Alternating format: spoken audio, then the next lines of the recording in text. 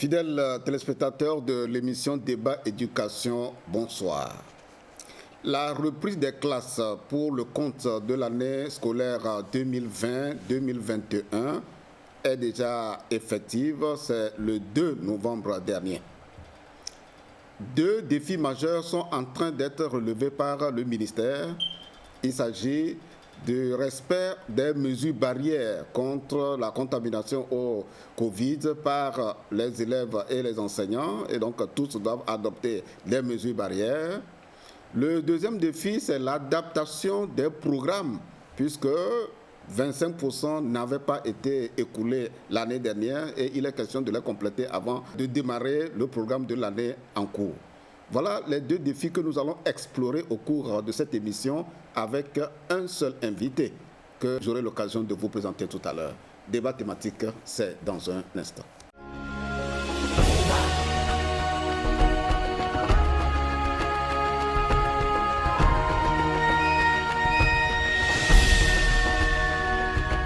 Nous allons parler des dispositions prises par le ministère pour que les mesures barrières soient respectées par les acteurs de l'éducation, les élèves et les enseignants.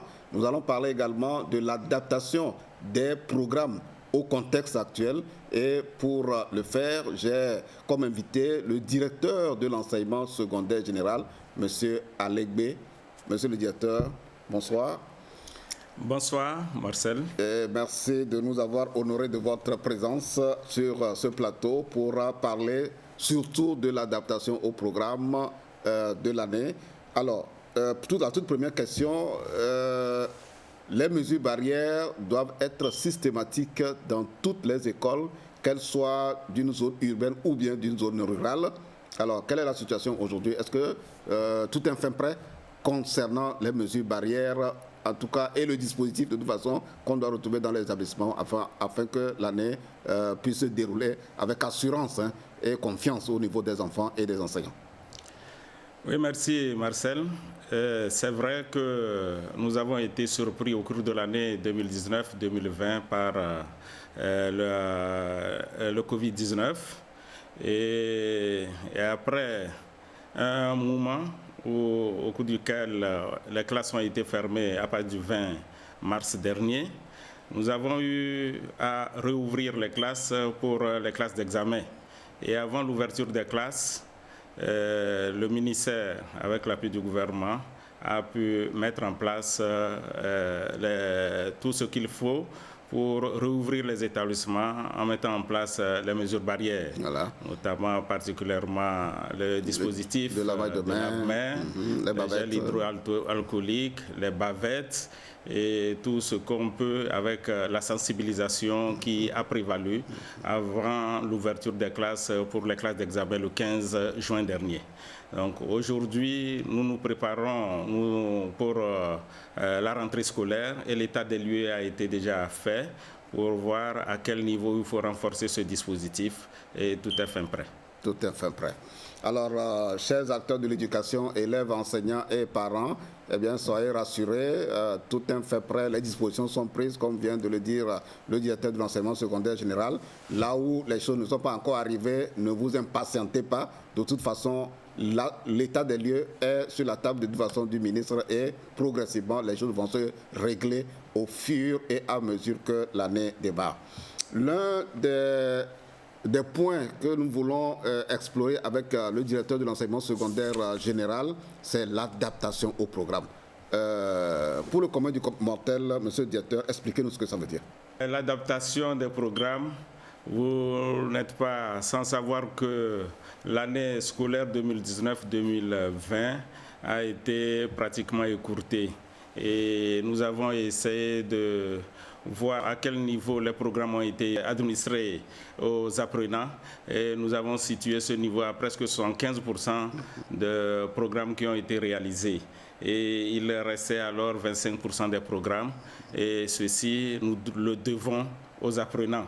Et nous nous sommes dit que pour cette année scolaire, il faudrait que nous puissions organiser des stratégies pour pouvoir remplir ce contrat.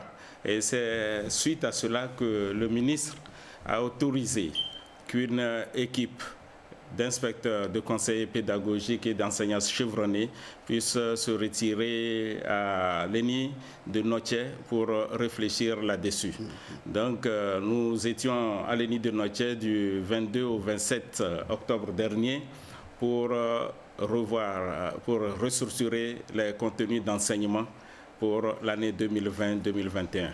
Ok, nous allons revenir dans les détails avec les chefs d'inspection, que ce soit du primaire ou du secondaire, avec qui vous avez travaillé en Otien, mais permettez que nous revenions sur le lancement de cette activité très, très importante. C'est au lycée scientifique que le ministre lui-même a présidé le lancement pour mieux se préparer pour la rentrée. Rentrée pédagogique 2020-2021. Directeurs, proviseurs et enseignants mettent au point leur stratégie d'intervention. Le ministre des Enseignements primaires, secondaires, techniques et de l'artisanat est venu leur apporter le soutien du gouvernement et surtout leur faire part des nouvelles orientations et défis à relever dans le secteur pour une éducation de qualité. Ces orientations reposent sur 3 axes.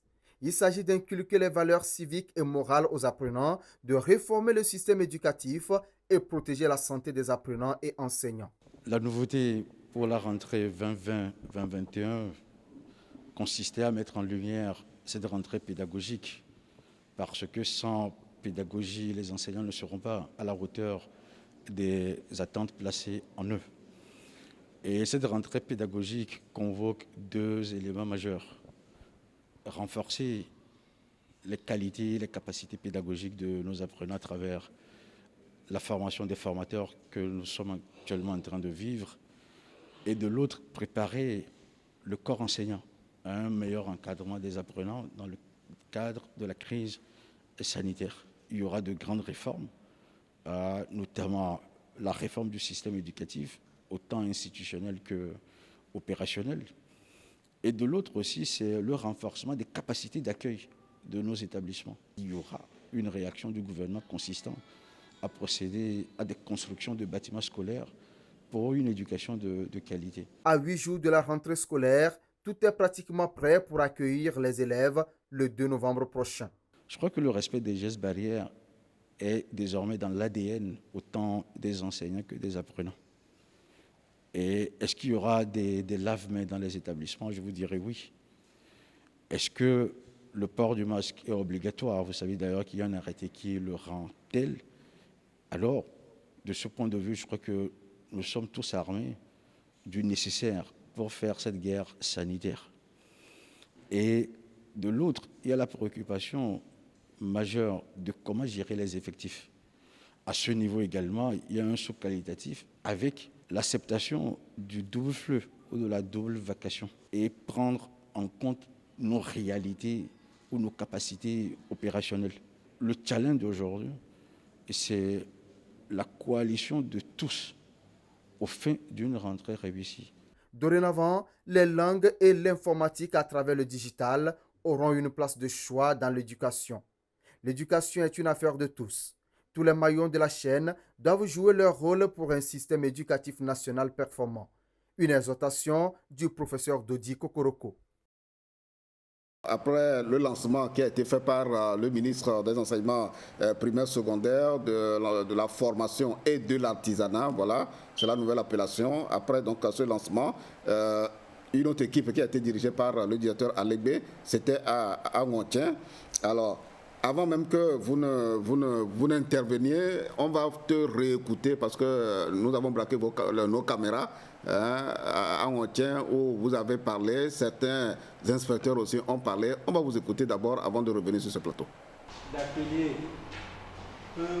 L'année scolaire 2019-2020 a été perturbée par la survenue de la pandémie liée au coronavirus. Et cette survenue a créé un peu des problèmes au niveau de l'éducation. Et ça a eu pour corollaire premier le non-achèvement des programmes. Et à l'analyse de ces programmes, nous avons pu identifier 75% des programmes qui ont été exécutés avant la survenue de cette pandémie. Donc le reste, les 25% constituant un manque à gagner pour les élèves, en termes de compétences, de capacités et d'habileté à acquérir pour les apprenants. Et c'est pour cela que les plus hautes autorités de l'éducation sont préoccupées par ce manque à gagner et ils nous ont conviés à cet atelier pour réfléchir sur la restructuration des contenus d'enseignement afin qu'on puisse répondre à la qualité de cet enseignement. Donc cette restructuration est à deux volets. Les 25% dont j'ai parlé qui constituent un manque à gagner, nous sommes arrivés ici pour essayer de planifier ces 25% afin que les enseignements puissent combler ce manque à gagner et en même temps aller au niveau de la restructuration de l'année scolaire 2020-2021. Donc cette restructuration nous conduira à la planification des activités des enseignements apprentissage. Donc c'est ce que nous avons commencé ici depuis le 22 octobre et nous y sommes jusqu'à ce jour du 27 octobre, jour au cours duquel nous allons organiser une plénière pour essayer de voir tout ce que les commissions ont pu élaborer dans le cadre de cette restructuration. Donc cette restructuration concerne les enseignements primaires et les enseignements secondaires. Donc nous avons eu à nous constituer en deux groupes ici, un groupe primaire et puis un groupe secondaire. Dans chacun des groupes, il y a des sous-commissions disciplinaires qui ont été mises en place pour réfléchir sur les contenus qu'on peut supprimer par rapport à l'année 2020-2021. Nous allons commencer par l'organisation de ce travail à Ouentien. Comment vous avez organisé ce travail là-bas? Nous nous sommes organisés au niveau des sous-cycles primaires et secondaires.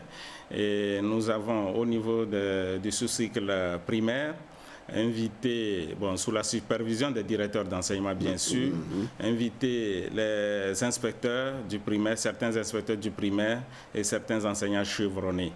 Donc au niveau du sous-cycle primaire, nous avons dû organiser 9 sous-groupes qui ont planché sur tous les champs du primaire. Et au niveau du sous-cycle secondaire, nous avons mis en place au total 14 sous-groupes qui ont planché. Et sur les 14 sous-groupes, vous savez que le secondaire est divisé en deux. Il y a le secondaire 1 et le secondaire 2.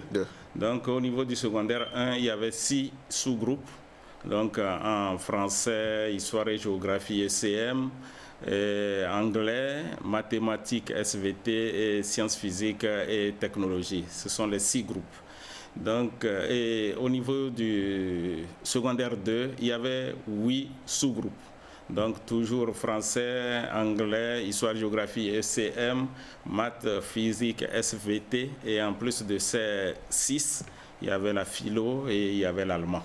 Donc, chaque sous-groupe comprenait 3 personnes dirigées par un inspecteur et 2 enseignants chevronnés. Donc, c'est ce que nous avons fait. Et les sous-groupes se sont mis au travail. Et nous avons travaillé premièrement pendant 2 jours et nous avons fait une plénière de réajustement.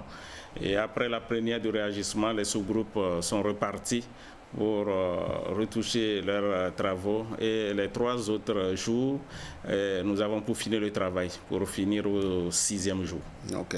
Alors, avant que nous ne passions aux interviews des chefs d'inspection qui ont géré les sous-groupes, alors ce que je voulais savoir, vous êtes le directeur de l'enseignement secondaire général et donc vous couvrez en tout cas tout le territoire national. Alors, quelle est la situation au niveau des autres régions ? Est-ce que les inspecteurs, tels que vous avez organisé le travail, est-ce que c'est la même chose au niveau de la direction régionale de l'éducation des plateaux, par exemple, de la CARA, de la centrale, des savanes, voilà, par exemple? Oui, nous n'avons pas fait le travail au niveau de la région Golfe-Lomé seulement. Nous avons au départ proposé que l'activité ait lieu au lycée scientifique et c'est ça qui a fait que nous avons pris sur nous d'inviter, puisque ça pressait, d'inviter les inspecteurs de la région Golfe Mais après, on nous a demandé de délocaliser l'activité. Nous nous sommes proposés d'aller à Palimé. Mais suite à certaines contingences, on a ramené l'activité à Noché. Donc ça fait qu'au fur et à mesure que ça se délocalisait, au niveau du secondaire, nous avons essayé d'impliquer les inspecteurs de proche en proche. C'est ça qui a fait que certaines fois, au départ, comme c'était Lomé, nous avons dû laisser tomber certains inspecteurs de Lomé pour aller vers les inspecteurs de Palimé aussi, pour les intégrer au groupe. Et même nous sommes allés jusqu'à Atapamé. Donc c'est un travail que nous avons fait pour pouvoir diffuser sur le plan national. Donc il n'y a pas eu d'autres groupes dans les régions pour faire le même travail. Donc toutes les régions ont été conviées. Bon, il est vrai qu'au niveau du secondaire, nous nous sommes limités à Atapamé pour des raisons de distance, mais au niveau du primaire, il y a certains inspecteurs et conseillers pédagogiques qui sont venus même de la région des Savanes. Et donc nous espérons que quand le programme va démarrer, vous ferez un suivi quand même dans toutes les régions, c'est prévu? Tout à fait. Tout à fait. Le suivi est toujours de mise parce que d'abord le suivi c'est un suivi un peu de proximité et que nous allons demander d'abord aux inspecteurs de suivre tout ce qui a été, toute la commande qui a été diffusée et puis les DRO aussi le feront. Nous le ferons aussi, mais nous ne pouvons pas intervenir sûrement dans toutes les régions. On va piquer certaines régions ou certaines, peut-être une ou deux régions pour pouvoir faire le suivi. Donc, tout à fait. Alors, fidèles téléspectateurs, nous sommes en train comme ça de progresser dans tout le travail d'adaptation des programmes, comment les conditions dans lesquelles ça a été fait et le résultat nous rassure de toute façon que le travail étant réalisé par des spécialistes du domaine, eh bien, il n'y a même pas de doute si au fur et à mesure que ce programme réadapté se déroule et qu'il y a des difficultés, en tout cas les personnes de référence où les spécialistes de référence sont là, c'est les inspecteurs, c'est le directeur de l'enseignement secondaire et les autres directeurs d'enseignement, parce qu'il y a à tous les niveaux, au niveau de l'éducation, à tous les niveaux, il y a des directeurs d'enseignement. Le directeur de l'enseignement pour le préscolaire et le primaire et le directeur de l'enseignement du secondaire. Alors nous allons maintenant écouter l'inspecteur qui a géré le groupe préscolaire et primaire à Montien pour voir comment ils ont fait le travail et quels résultats auxquels ils sont parvenus. L'année 2020 n'ayant pas eu sa durée normale, il est clair qu'il est resté quelques chapitres. Généralement, 25% n'a pas été vu. Alors c'est à cause de ça que nous sommes ici pour organiser ce 25% de chaque discipline. Et ici, à l'ENI, à l'école normale de Notien, à l'EPA, le primaire s'est éclaté en 9 groupes. Le groupe français, divisé en deux, français 1, français 2. Il y a le groupe histoire-géographie, il y a le groupe édu-civique, il y a le groupe dessin prévention routière, il y a le groupe récitation, ECM, maths et mathématiques. Donc les 25%, nous les avons organisés de telle sorte que en 4 semaines, que cela soit comblé. Donc banalement, un mois, à chaque niveau, le 25% doit être abordé. Et après, on rentre dans les apprentissages de la classe ou du niveau donné. Alors ce travail que nous faisons ici, après, il serait bien mis sous écrit et à la disposition des directeurs. Et des directeurs, ça va au niveau des adjoints. Et nous nous disons que dans ce sens, ça permettra aux enfants de faire une remise à niveau pour un renforcement avant d'aborder les apprentissages du niveau où ils sont arrivés. Ceci permettra aux enfants de ne plus être bloqués. Les chapitres qui devraient les bloquer seront révisés et remis à niveau avant d'aborder les apprentissages du niveau où ils sont arrivés. On va maintenant aux disciplines du secondaire. Aux disciplines du secondaire, parce que c'est leur patron qui est sur le plateau ici. Nous allons maintenant écouter le chef d'inspection qui a géré le groupe de sciences de la vie et de la terre, SVT. Nous avons eu à tous les niveaux à considérer les 25% des programmes restants de l'année passée, notamment dans les classes de 6e, 5e, 4e, 3e, puis de seconde, première et terminale. Et sur les 25% restants, nous avons recadré les enseignements en précisant ce que l'élève devrait rattraper dans la classe supérieure au cours de cette année, et ceci classe par classe. Et les difficultés, c'était d'abord les objectifs spécifiques et ensuite l'essentiel des notions que les enseignants devaient faire apprendre à tous les niveaux. Et à ce sujet, nous recommandons particulièrement aux enseignants de travailler en équipe pédagogique dans la préparation de ces contenus. Ensuite, nous avons allégé les programmes en cours de telle sorte que l'ensemble tienne soit dans 24-25 semaines, eu égard à la répartition trimestrielle que nous ne maîtrisons pas pour le moment. Je vais laisser le directeur s'il a un commentaire à faire sur la restitution faite par les inspecteurs du primaire et de la SVT. Est-ce que vous avez un commentaire à faire?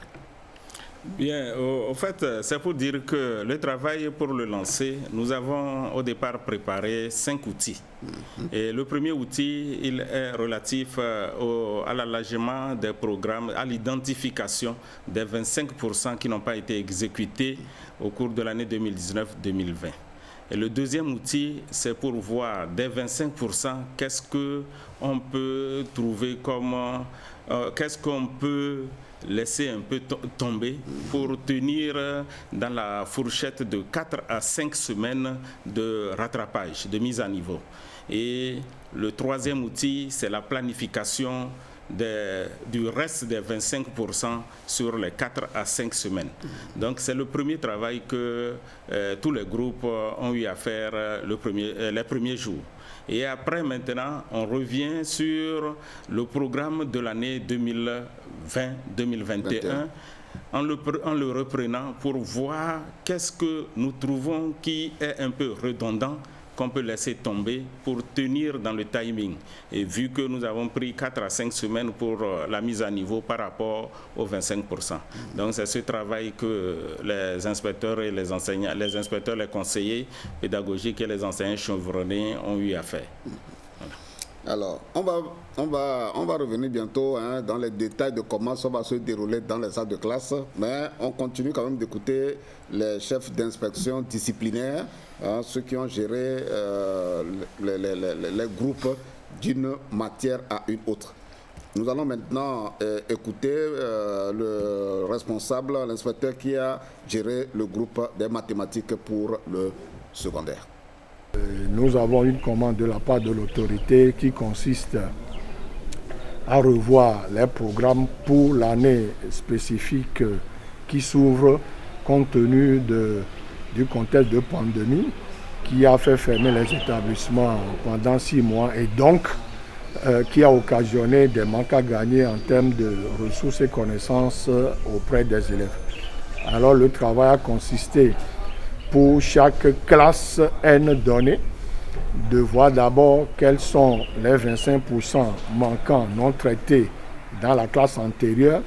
Exemple, si nous prenons la 5e, on commence par se poser la question, qu'est-ce que les élèves de 6e qui arrivent en 5e n'ont pas pu voir au cours de l'année 2019-2020 à cause de la fermeture des établissements. Et maintenant, parmi ce qui manque, on va voir ce qu'on peut laisser sans trop gêner le cursus de formation. Et maintenant, ce que nous retenons, nous essayons de voir est-ce que ce qui est retenu des 25% manquants a une suite dans la nouvelle classe. Si c'est oui, nous attendons le moment de traiter cette leçon pour commencer d'abord par traiter la partie de la classe antérieure et poursuivre avec le programme de la nouvelle classe. Ou bien voir s'il faut d'abord en début d'année rattraper la leçon là, telle qu'elle, avant de continuer avec le programme de la nouvelle classe. Donc c'est ce que nous avons fait, ce qui nous permet maintenant à la fin de disposer à l'endroit des enseignants la planification entière de l'année, du début de l'année jusqu'à la fin. Et suivant la planification, l'enseignant verra ce qu'il doit faire ici et là. Lui-même, il saura que telle leçon, c'est une leçon de la classe antérieure qu'il rattrape. Pour telle leçon, il doit d'abord démarrer par la partie de la classe antérieure avant de poursuivre avec la nouvelle classe. Donc voilà en gros ce que nous avons fait et nous pensons que ça doit pouvoir nous aider à conduire à même cette année scolaire tout en continuant par prier que la COVID-19 ne nous empêche pas de dérouler normalement les activités scolaires. Monsieur le directeur, vous-même, vous êtes spécialiste en mathématiques. Les élèves qui ont réussi au BPC, qui commencent la classe de seconde, de façon concrète par rapport à la réadaptation, comment cela va se passer? Oui, au niveau des lauréats du BEPC qui arrivent en classe de seconde, c'est vrai qu'il y a toujours 25% qui ont manqué. Ouais. Et les 25% qui ont manqué, ce n'est pas seulement en mathématiques, donc au niveau de toutes les disciplines. Donc les inspecteurs et les enseignants ont pris en compte ces 25% pour les loger dans les 4 premières semaines de la rentrée. Donc c'est bien capitalisé pour les 4 premières semaines de la rentrée et c'est à ça que tout enseignant, qu'il soit mathématiques, SVT, physique et autres, doit commencer d'abord avant d'aller au programme de l'année 2020-2021. Voilà. Mais à partir du moment où ce n'est pas lui qui avait dispensé le cours l'année précédente en classe de... Il est au lycée, hein? Oui. Le professeur est au lycée. Oui. Ce n'est pas lui qui avait tenu les élèves au collège. Oui, est-ce qu'il est en mesure de pouvoir dispenser le cours? Oui, ça a été fait de telle sorte qu'on puisse, au niveau du dernier tableau de la planification de l'année, proposer le schéma avec les objectifs et les conseils pratiques. Donc, c'est les conseils pratiques qui vont pouvoir orienter l'enseignant sur ce qu'il doit faire pour amener les élèves à pouvoir se mettre à niveau pour se mettre effectivement dans l'année 2020-2021. Il y a les conseils pratiques que les inspecteurs ont dû proposer. Il y aura des conseils d'enseignement au cours de l'année, comme d'habitude. Voilà. Les conseils d'enseignement, c'est juste un conseil qui regroupe les enseignants qui interviennent dans une même discipline, qu'ils soient dans un même établissement ou dans un secteur où ils peuvent se retrouver pour échanger par rapport à leurs pratiques et pour se renforcer. Alors, dans cette nouvelle façon de faire, quel sera le rôle, enfin, quelle consigne vous donnerez aux élèves pour qu'eux-mêmes puissent, je vais dire, faire aussi des recherches, hein? Bien, non, bon, les consignes sont les consignes quotidiennes que nous donnons aux élèves. Et ici, c'est beaucoup plus sur l'enseignant pour orienter l'enseignant. Mais c'est vrai aussi que nous avons supprimé certains chapitres que nous disons redondants, mais ça ne veut pas dire que les chapitres-là ne sont pas essentiels pour l'élève. Mais ces chapitres ne sont pas supprimés comme ça parce que nous voulons les supprimer. Il y a certains chapitres que nous avons fusionnés. On a trouvé que ceci n'a pas été fait. Ça serait compté parmi les 25%. Au lieu de faire la mise à niveau au cours des 4 premières semaines, on a trouvé des correspondants de ces chapitres plus loin, peut-être en mars ou en avril, dans le déroulé du chapitre de l'année N+1. Donc, à ce niveau-là, les enseignants vont reprendre et nous avons dû certaines fois ajouter le nombre d'heures qui était réservé pour permettre à l'enseignant de faire la reprise et de reprendre le cours correctement aux élèves. Donc toutes les instructions ont été données, surtout comme je le disais, avec les conseils pratiques aux enseignants. Voilà. Mais ça n'exclut pas que les élèves, comme d'habitude, aillent toujours à la recherche pour pouvoir voir pour compléter ce que l'enseignant a fait. Toujours en entretien, nous avons tendu le micro à 3 autres inspecteurs. On va aller d'un inspecteur à un autre. Celui qui a géré la physique nous dit le travail qu'il a pu faire. Inspecteur de physique. Nous avons commencé par identifier les thèmes à renforcer au cours de l'année scolaire 2020-2021. Donc ces thèmes ont été identifiés à tous les niveaux de la 6e en terminale et dans les différents domaines, à savoir la physique, la chimie et la technologie. Donc les thèmes qui n'ont pas pu être effectués au cours de l'année scolaire 2019-2020, certains thèmes seront retenus et exécutés au cours des 4 premières semaines de la rentrée. Les 4 semaines du mois de novembre seront consacrées à la mise à jour, au renforcement des capacités des élèves en ce qui concerne ce qui n'a pas été effectué. Après les 4 semaines, nous allons aborder les programmes de l'année 2020-2021. Donc, sachant que les 4 premières semaines de l'année ont été retenues pour renforcer, pour la mise à jour du niveau des élèves, nous avons essayé d'alléger le programme de l'année scolaire 2020-2021. Et quand nous prenons la classe de seconde, il va falloir dès les 4 premières semaines reprendre ce qui n'a pas été fait en classe de 3e. Donc il faudrait que l'enseignant qui était au 2e cycle maîtrise, cherche à comprendre le programme des classes de 3e afin d'exécuter cela. Heureusement que ça a été mis sur papier. Ils auront à suivre simplement les instructions. Donc notre inquiétude, c'est que les travaux de cet atelier parviennent vite aux enseignants, afin que les enseignants puissent procéder à leur niveau à la planification de ce qui serait fait au cours de l'année scolaire 2020-2021. Alors, le problème au niveau de la physique dans nos établissements, c'est que l'enseignement est beaucoup plus théorique que pratique, pas de laboratoire, etc. Est-ce que quelque chose est envisagé quand même au cours de cette année pour mieux faire les choses? Bon, nous disons, c'est vrai, le constat est vrai, mais depuis, nous avons toujours crié et nous savons que nous avons joui des oreilles attentives.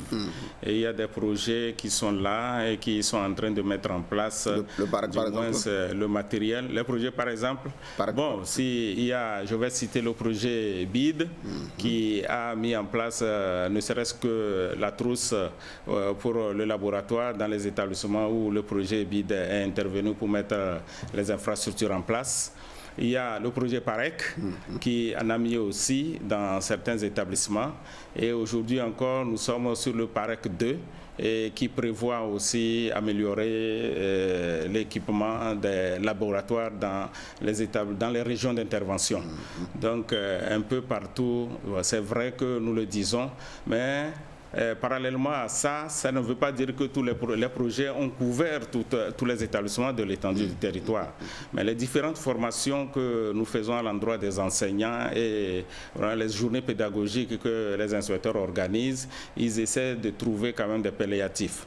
Vous voyez, quand on veut faire les expériences, il y a aussi, on se base beaucoup plus aussi sur les recherches dans les milieux, le matériel dans le milieu, pour amener les élèves à mieux comprendre. Parce que, après tout, les programmes d'enseignement, c'est pour résoudre les problèmes, c'est pour résoudre les besoins de la société. Et ces besoins-là, c'est tout ce que les outils que nous devrions trouver peuvent nous entourer. C'est vrai que c'est quand même une solution que nous trouvons comme ça, pour pallier au plus pressé, en demandant aux enseignants d'aller vers les objets de récupération pour le faire. C'est ça, même beaucoup plus au niveau du secondaire 1, avec le programme allégé, qui fait appel mais aujourd'hui à la technologie, et beaucoup plus c'est les objets de récupération qui sont mis à contribution pour permettre aux élèves d'acquérir au mieux. Okay.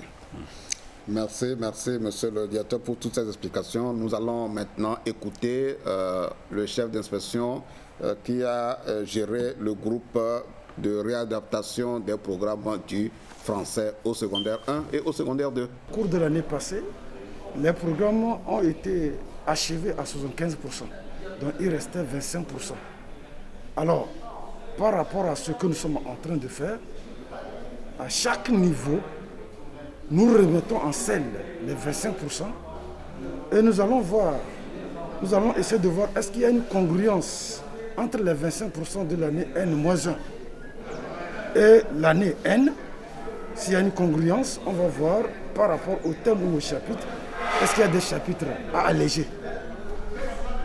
D'abord, par rapport à ces 25%, est-ce qu'il y a des éléments à laisser tomber pour que le programme de l'année en cours, donc l'année N, puisse tenir, l'année N plus les 25% de l'année N-1, puisse tenir dans les 25 semaines de cours. Par rapport à ce travail, il y a les premières difficultés que nous avons eues au début, c'était ce travail d'experts, s'il faut le dire, pour pouvoir trouver les éléments et se mettre dans la peau de l'enseignant et de l'élève. Et ce travail n'a pas été aussi aisé dans toutes les disciplines. Mais Dieu merci, nous sommes arrivés vraiment à le faire, à le réaliser avec joie. Alors, à la restitution, comment ça s'est passé? Est-ce que c'était une compilation de tout le travail que chaque commission a fait, ou bien les inspecteurs ont pris la parole pour dire en tout cas à l'Assemblée comment les choses se sont passées? Oui, bon, la restitution, c'est que chaque sous-groupe est passé au podium pour présenter le travail. Et c'est comme ça que, juste quand vous présentez votre travail, on ouvre une plage horaire, ne serait-ce que 10 à 15 minutes, pour permettre à tout le monde, que vous soyez de la discipline ou non, de réagir. Et c'est comme ça que des gens ont réagi et ça a fait objet de validation du travail qui a été fait. Je me souviens encore d'une restitution où l'inspecteur de français a présenté quand un participant en histoire géo s'est exclamé pour demander mais pourquoi dans tout ça là vous faites ceci, et puis malgré ce qu'on fait aux élèves au premier cycle, il leur arrive, et ces élèves-là leur arrivent au secondaire avec des problèmes comme ça. Bon, ça nous a permis de comprendre que les gens étaient quand même très très attentifs. Et puis vous allez voir, l'inspecteur de physique fait sa restitution, et puis la question qu'on pose, c'est un inspecteur ou un participant en français ou en philo qui va poser la question pour mieux comprendre. Ça permet à ceux qui ont produit le travail de se poser des questions et de revoir si d'aventure vraiment la réponse n'a pas été adéquate, de revoir s'ils peuvent retourner pour revoir leur copie. Voilà, merci monsieur le directeur. Alors on va terminer maintenant avec l'inspecteur qui a géré le groupe Histo Géo pour le secondaire 1 et pour le secondaire 2. On a fait ce travail, on a repris les 25% et ramené dans la classe N+1, c'est-à-dire les 25% de la classe de 5e qui n'ont pas pu être exécutés ont été ramenés en classe de 4e. Maintenant, à 4e, en histoire, on a vu et on a inséré maintenant en début d'année les notions qui ont été laissées l'année dernière. Donc, les professeurs auront cette année une nouvelle planification avec les cours, le contenu de l'année N-1 de l'année qui a précédé. C'est ça la particularité en histoire, en géographie et puis aussi en ECM. Bon, au lycée, au secondaire 2, c'est pareil aussi. En 3e, il y a des chapitres qui n'ont pas été vus. Nous avons pris ces chapitres-là pour ramener en seconde. Donc, que les professeurs et les collègues ne soient pas surpris de voir que dans la planification qu'on va leur proposer, il y a les contenus de la classe de 3e qui sont censés être enseignés en seconde. De la même façon, les programmes de seconde aussi, c'est les 25%, ce qui n'a pas été fait, on a déversé ça en première et première aussi en terminale. Bon, maintenant la particularité de l'histoire et géographie, c'est qu'il y a certains thèmes qui sont redondants, qui reviennent chaque année. Là, on a carrément dit, bon, soit on va étudier ça en ECM, ou bien on garde ça en géographie. Donc il peut arriver que certains thèmes ne soient plus vus en géographie, mais ça va se retrouver en ECM. Et là, le professeur va prendre tout son temps pour mieux expliquer les choses. Voilà, nous vous avons donné l'occasion, chers téléspectateurs, d'écouter tous les chefs d'inspection disciplinaire qui ont conduit les travaux à Léni Montien. Et tout ce travail a été chapeauté par la direction, les deux directions d'ailleurs, la direction de l'enseignement secondaire général que préside M. Alegbe qui est sur le plateau ici, et le directeur de l'enseignement préscolaire et primaire, le nouveau, M. L'inspecteur Dara, voilà, qui a géré le primaire. Alors, monsieur le directeur, au vu de tout le travail que vous avez fait à Ngontien, est-ce que les enseignants peuvent être rassurés et de ne point s'inquiéter par rapport au nouveau programme qu'on va mettre à leur disposition? Bien, nous disons nouveau programme. Au fait, c'est juste le programme pour l'année 2020-2021, bon, disons l'année Covid scolaire. C'est juste ce programme. Et c'est vrai que nous avons pris soin d'être très clairs dans toutes les propositions que nous avons faites. D'abord, les enseignants, ce ne sont pas les inspecteurs seuls qui se sont réunis pour proposer ceci. Et il y avait les enseignants qui doivent faire la mise en œuvre, qui étaient aux côtés des inspecteurs. Et chaque fois qu'on avance ceci et que les enseignants trouvent qu'au niveau de l'opérationnalisation, ça peut être sujet à interprétation, ils sont là pour corriger afin que le produit que les enseignants vont avoir aujourd'hui puisse être interprété d'une même manière. Et donc, c'est en ça que nous nous réjouissons. Et c'est pour cela qu'au premier abord, nous avons pris soin d'intégrer les enseignants eux-mêmes ça veut dire qu'ils ont leurs pairs. Ouais. Tous ne sont pas là, mais leurs pairs sont là. Ils ont participé à l'élaboration, à la mise en place de la planification des contenus pour l'année scolaire 2020-2021. C'est ça. Alors, est-ce que ces programmes réaménagés ou réadaptés dans le contexte de la Covid sont déjà transmis à tous les inspecteurs et les directeurs régionaux sur tout le territoire? Bon, ces programmes sont en train d'aller au niveau des directeurs régionaux et des inspections. Et c'est sûr qu'en ces moments précis, les enseignants doivent être en possession de ces programmes parce que c'est fait pour être déroulé à partir du premier jour de la rentrée. Tout à fait.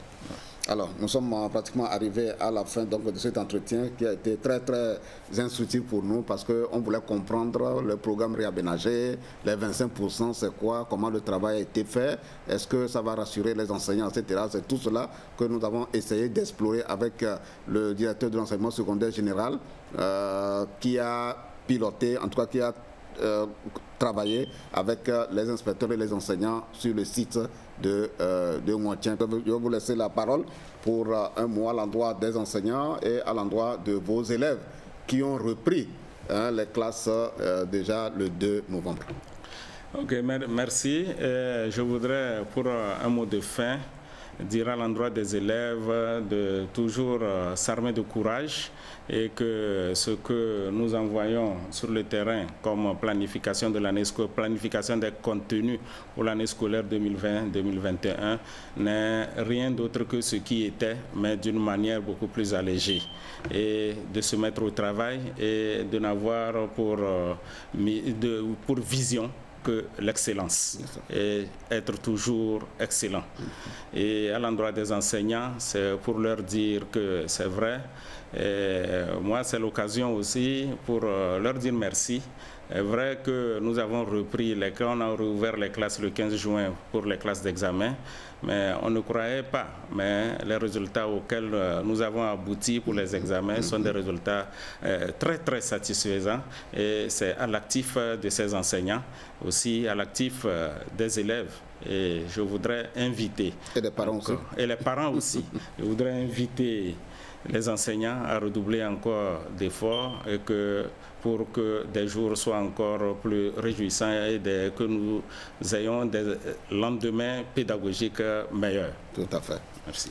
Bien, fidèles téléspectateurs, nous avons fini notre entretien de débat thématique avec le directeur de l'enseignement secondaire général. Alors, au début de l'émission, nous avons parlé des mesures barrières.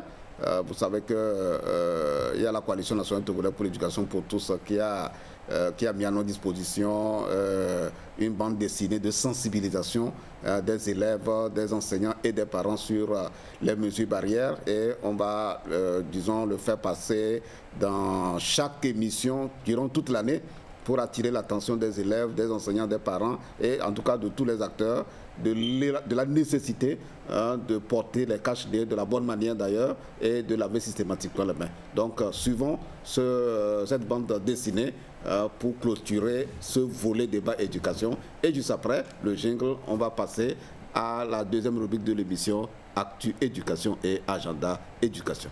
Je suis enfant ou jeune, je suis un élève handicapé ou non. Il me faut une bonne santé pour jouir parfaitement de mon droit d'aller à l'école. Le coronavirus peut aussi me l'empêcher. Afin de me protéger et protéger mes camarades contre le coronavirus, j'exécute les gestes simples suivants qui sauvent la vie. Je couvre ma bouche et mon nez avec un cache-nez. Je porte mon cache-nez partout, en classe, dans la cour, dans les couloirs, dans la rue, en groupe. Je lave mon cache-nez chaque jour. Si mon cache-nez est à usage unique, je le jette immédiatement à la poubelle après usage. Je n'utilise jamais le cache-nez de mon camarade ou d'une autre personne.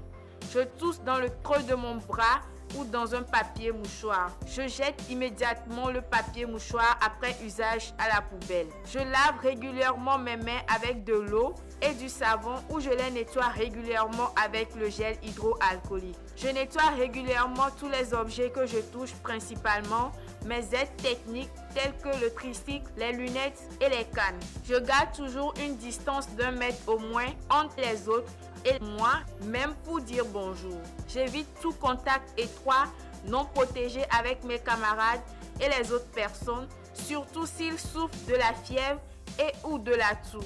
Je consulte vite un médecin en cas de fièvre, de toux et de difficultés respiratoires où j'appelle le 111. Pour éviter le coronavirus, mes camarades, faites comme moi. Et vous, papa, maman, enseignants et adultes, ne cessez jamais de nous rappeler ces gestes simples.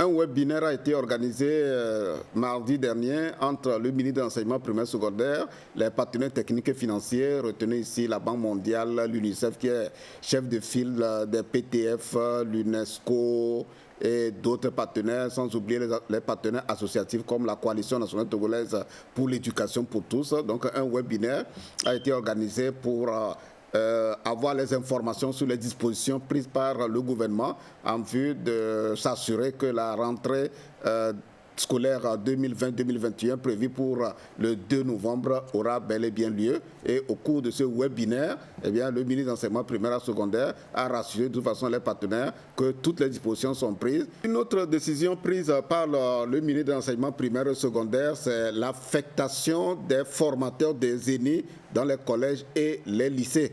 Vous savez qu'avec la fermeture des ENI depuis 2 ans, à peu près, pour des raisons de réforme des curricula des ENI, ils sont à la maison, ils étaient payés, mais ils n'étaient pas utilisés. Mais donc l'actuel ministre a jugé bon de les redéployer provisoirement dans les collèges et dans les lycées parce que certains étaient au collège, d'autres étaient au lycée en tant que professeurs avant de postuler pour le concours de recrutement des formateurs des ENI. Donc en attendant la réouverture des ENI, le ministre a pris la disposition pour les redéployer. Voilà ce que nous pouvons retenir de cette décision prise par le ministre. En Ontien, la Coalition nationale togolaise pour l'éducation pour tous a procédé à la remise des kits alimentaires aux enfants handicapés. C'est leurs parents, ça a été organisé dans plusieurs écoles parce que c'est quand même 38 écoles qui sont bénéficiaires aussi bien des kits alimentaires que des kits de lavage de mains pour 38 écoles et c'est l'inspection de Raro qui a réceptionné et la distribution a eu lieu dans les jours qui avaient suivi la remise officielle par la coordinatrice de CBM, Madame T. Mais Edouard, il y a maintenant, Kebija maintenant, nous allons faire des vues qu'on peut dans le school. Bon, Toby, allez.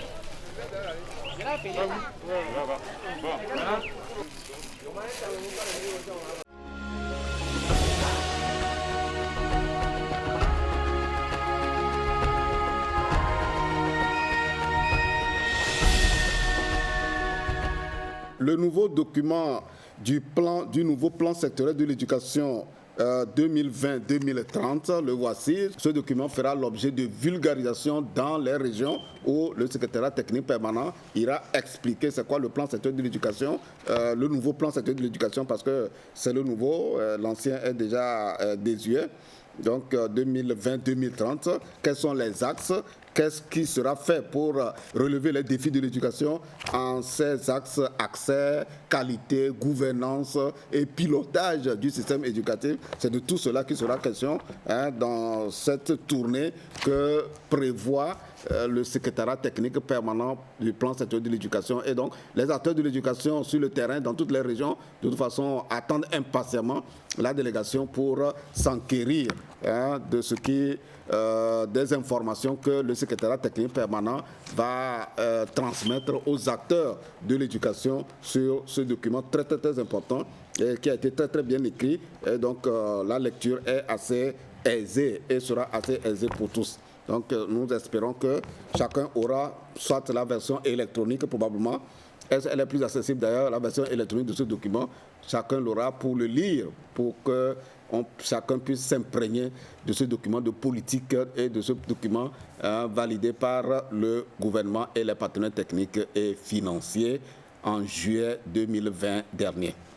Autre élément d'agenda éducation, la Coalition nationale togolaise pour l'éducation pour tous organisera des forats communautaires, donc c'est des rencontres d'échange sur une problématique qui porte sur le phénomène des mariages des enfants, parce que ce phénomène empêche les filles d'aller à l'école, elle les empêche de s'épanouir et de décider de leur vie. Et donc une rencontre communautaire avec les responsables religieux, les acteurs des médias, les CVD, en tout cas l'échantillon représentatif de tous les acteurs sera invité à ces forats, et le premier aura lieu à Tchamba, le second à Pagala. Et une autre activité, c'est la poursuite de la semaine sans bâton. Vous savez que c'est depuis l'année passée que la semaine sans bâton a été organisée par Plan International Togo avec l'appui du réseau des journalistes et communicateurs spécialisés en éducation. Ça a eu lieu au lycée des montagnes, à Tchamba, à Ketao, à Kanté, et dans le moyen Mono. Et cette année, c'est Blita qui va abriter cette activité très importante pour attirer l'attention des acteurs de l'éducation, de veiller à ce que toutes les méthodes d'éducation qui vont être utilisées soient des méthodes non violentes. Éduquer les enfants sans exercer la violence sur eux, mais il y a des alternatives, donc des méthodes d'éducation sans violence, pour que, en tout cas, la toute première violence, la plus visible, qui est le châtiment corporel, soit éliminée de toute façon de l'éducation, pour que les enfants puissent grandir et soient des enfants qui agissent par conscience du devoir. C'est sur ces informations sur Agenda Éducation que je prends congé de vous et je vous dis merci. Les enfants vous diront merci de la manière dont ils savent le faire. Moi, je vous dis au revoir et à la semaine prochaine.